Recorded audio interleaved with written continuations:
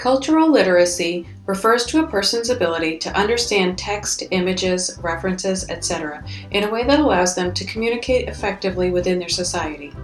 Just as people can become fluent in reading and writing, culturally literate people can be fluent in their cultural heritages, histories, art, politics, and more.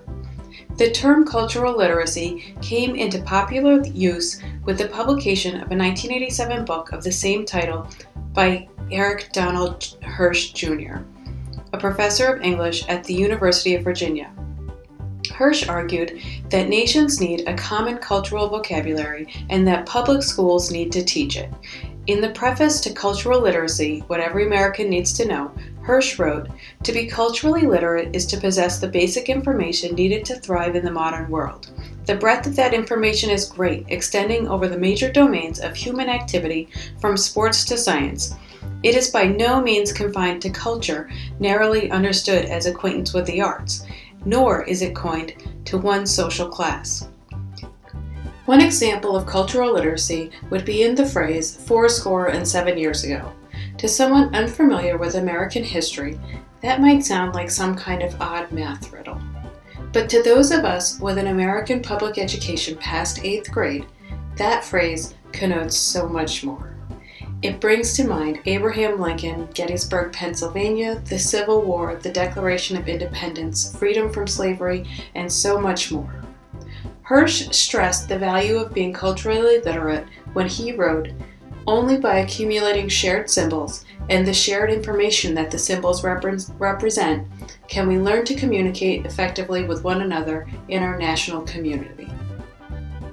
Cultural literacy is relevant to art education for two main reasons.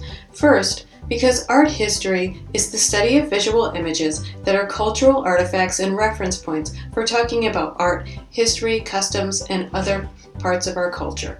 Ensuring that students have a basis of knowledge regarding some of the most frequently referenced artworks in our culture prepares them to hold what Bernard Schweitzer, in writing for the NEA, termed common conversations among members of the polity of the future. The second reason that cultural literacy is relevant to art education is those same conversations often start in the arts classroom because it's a forum for discussion. David Kaufer wrote in the ADA Bulletin of the Modern Language Association, "The common coin of literacy is not cultural facts and associations, but rather cultural conversations. Students achieve membership by becoming aware that a culture is composed of ongoing conversations, many of which are essential to its continuing freedom and survival." Kaufer explained that students, already possessing some shared information, need to gain a vision of themselves as empowered to follow and eventually lead our most important cultural conversations. Their vision of literacy makes the information they learn valuable, makes the content rewarding. Holding an appropriate vision of literacy is crucial for understanding how the details fit together. The arts classroom, with discussion and reflection calculated into lesson planning, is one of the best places in public schools for these cultural conversations to happen. A basic lesson that allows for both the introduction of cultural artifacts and conversations about them is an art history lesson that's based using visual thinking strategies, VTS. VTS offers a way of talking about art that begins with a close observation and is followed by questions that lead to deeper analysis, and it can be adapted for any age group. In VTS lessons, participants answer the questions that require them to observe, analyze, and question an artwork to reach a deeper understanding of that work. Sample VTS questions would be, what do you notice? Do you see a round sun with beams of light circulating out from it? What do you think is going on? Do you think the sun just came up? Or do you think it's setting? What does it make you wonder? There's parts of the picture that are dark and parts that are very bright. Do you think this represents bright and dark places in the artist's life? Through answering these questions, students develop a deeper relationship with an artwork. After the initial discussion is complete, the addition of a few facts from the art teacher can elucidate the cultural relevance of the artwork. A second lesson that demonstrates the value of cultural literacy is idiom illustrations. In this lesson, students are asked to create 2 drawings or other artworks, one demonstrating a literal reading of a common idiom, the second demonstrating that idiom's commonly accepted interpretation. This is a fun exercise. I tried it for myself and also with students in grades 4, 6, and 9. We all enjoyed looking at our animal idiom illustrations and having a good laugh. For kids, this demonstrates that understanding can come from context as much as from content.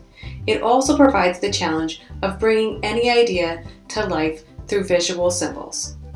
However, any discussion about cultural literacy would not be complete without noting that there are many differences between the America of 1987 and the America of today. Diversity and technology have had amazing effects on American culture, and we can't allow any one entity to dictate what knowledge is necessary in order to be culturally literate in America. In 1987, Hirsch provided a list of 5,000 names, phrases, dates, and concepts that he suggested every American needs to know. It was criticized at the time as being elitist, and today it seems ridiculous through the lens of 21st century diversity and inclusivity. Eric Liu proposes the more serious challenge for Americans new and old is to make a common culture that's greater than the sum of our increasingly diverse parts. It's not enough for the United States to be a neutral zone where a million little niches of identity might flourish. In order to make our diversity a true asset, Americans need those niches to be able to share vocabulary. Americans need to be able to have a broad sense of common knowledge so that diversity can be most fully activated. What Every American Should Know is a project that explores how, in the age of increasing diversity and widening inequality, the United States can cultivate a sense of shared destiny and common civic purpose. Its website offers a crowdsourced list of people, places, and ideas that every 21st century American should know. But I advise you not to rely solely on any list to determine what cultural literacy is for you and your students.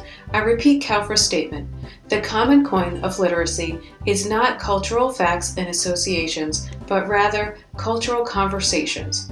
I encourage you to have conversations with your students on culture and literacy, conversations in which you listen at least as much as you speak. Culture is created by people, and our students are already hard at work creating the culture of the future.